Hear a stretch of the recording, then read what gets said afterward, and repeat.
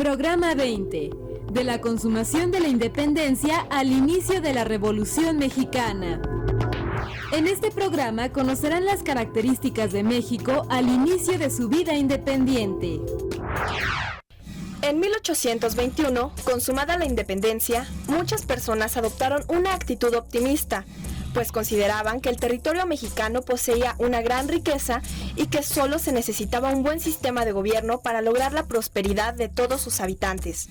Sin embargo, el panorama político y económico de México era desalentador. Durante las primeras décadas de vida independiente, se adoptaron diversas formas de gobierno, pero todas ellas enfrentaron graves problemas. La inestabilidad se apoderó del país debido a los constantes conflictos armados y a la instauración de numerosos gobiernos. México inició su vida independiente en bancarrota. El sistema para el cobro de impuestos era ineficiente y se disponía de pocos recursos para afrontar los compromisos más apremiantes, como el pago de sueldos a burócratas y miembros del ejército. La inexperiencia de los nuevos gobernantes impidió la reorganización de la hacienda pública y fomentó el endeudamiento. El territorio que abarcaba el país al inicio de su vida independiente era enorme y estaba mal comunicado. La falta de vías de comunicación y medios de transporte eficientes dificultaron la organización del país. Los caminos se encontraban en pésimas condiciones y no se contaba con un sistema de seguridad. Los viajes duraban semanas o meses.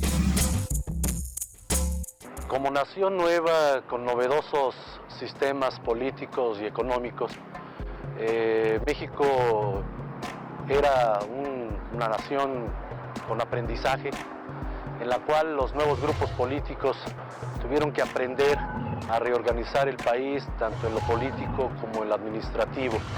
Y no era muy distinto a lo que estaba sucediendo en otras naciones del mundo occidental, en las cuales se estaba experimentando con sistemas políticos, como sucedía en España, en donde tuvieron 3 años de sistema liberal para luego restaurar de nueva cuenta la monarquía absoluta, como sucedió en Francia, en donde desde 1789 hasta 1830 también se sucedieron diversos sistemas políticos e incluso un gran imperio como fue el de Napoleón. Entonces en México también estaba viviendo en este tipo de circunstancias y además también con la fuerza que tenían nuevos grupos institucionales como era el ejército mexicano, que se creían ellos beneficiarios de lo que creyeron ellos haber conseguido, que era la consumación de la independencia, lo cual crearon presión sobre los nuevos grupos políticos.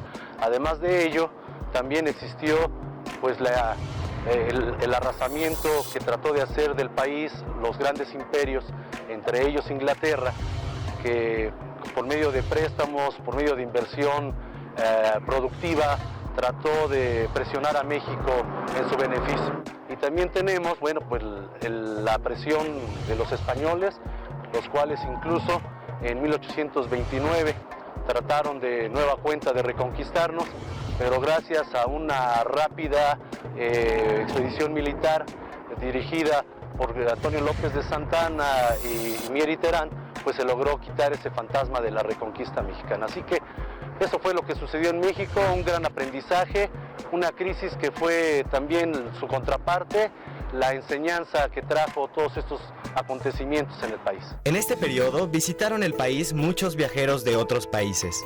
Cada uno de ellos tuvo diferentes motivos para venir a México y permanecieron en nuestro territorio diversos lapsos de tiempo. Entre los visitantes hubo empresarios, diplomáticos, aventureros y artistas como el pintor Johann Moritz Rugendas, quien plasmó en su obra aspectos del paisaje en esa época. Otros, como el diplomático inglés Henry George Ward, dejó por escrito sus impresiones del panorama político mexicano. Las obras de estos personajes representan un invaluable legado que nos permite conocer diversos aspectos de los mexicanos de aquel tiempo. Una de las principales riquezas de estos libros e imágenes son las descripciones de los diferentes sectores de la sociedad y las costumbres del país. De esta época datan las primeras imágenes de zonas arqueológicas como las mayas, pues algunos extranjeros se interesaban por conocer la historia y la cultura mexicana. Después de 10 años de conflicto armado debido a la Revolución de Independencia, la planta productiva de México se encontraba en crisis, especialmente lo que era la gran riqueza del país, que era la minería, en la cual la zona del Bajío, que era la principal región productiva de plata en ese entonces, pues se vio ella asusada por los grandes movimientos insurgentes que se desarrollaron, y muchas de las minas se encontraban en una condición pues muy degradada por este tipo de circunstancias. Gracias a la inversión de los ingleses en la primera década de vida independiente, se pudo lograr de nueva cuenta alzar la producción de plata en el país, y posteriormente, bueno, pues se empezó a desarrollar la agricultura tanto en el Bajío como en la zona de Atlixco, y esto hizo que México pues volviera a retomar el cauce de desarrollo económico que posteriormente, ya para la mitad del siglo XIX, se vería ya completamente renovado. En lo que se refiere a lo social, los grupos que se vieron principalmente afectados pues fueron estos pueblos campesinos, estas comunidades, los que se vieron más afectados precisamente por la irrupción del liberalismo, por medio del cual se quiso transformar sus formas de propiedad y de organización política. Todo esto causó, aparte de las grandes revueltas militares que existieron en el país, todo esto causó una serie de rebeliones que se desarrollaron en diversas partes del territorio mexicano. Una de las principales de ellas fueron las rebeliones de los pueblos yaquis, los cuales desde 1824 hasta las finales del Porfiriato estuvieron constantemente ellos en rebeldía y tratando de defender sus formas comunales de propiedad, así como también sus formas de organización política. Así que el sistema liberal que se implantó en México en este momento, a quien más afectó fue a los pueblos campesinos, a los pueblos indígenas del país. La sociedad del México independiente conservó costumbres y tradiciones de los periodos prehispánico y colonial, como la comida o algunas festividades. Podemos conocer algunas de ellas a través de libros como La vida en México, de la marquesa Calderón de la Barca, quien al ser la esposa del primer embajador español en México, vivió en nuestro país entre 1839 y 1842. Este libro está integrado por diversas cartas que la marquesa envió a sus amigos y familiares en Europa, y en las que plasmó sus impresiones sobre nuestro país.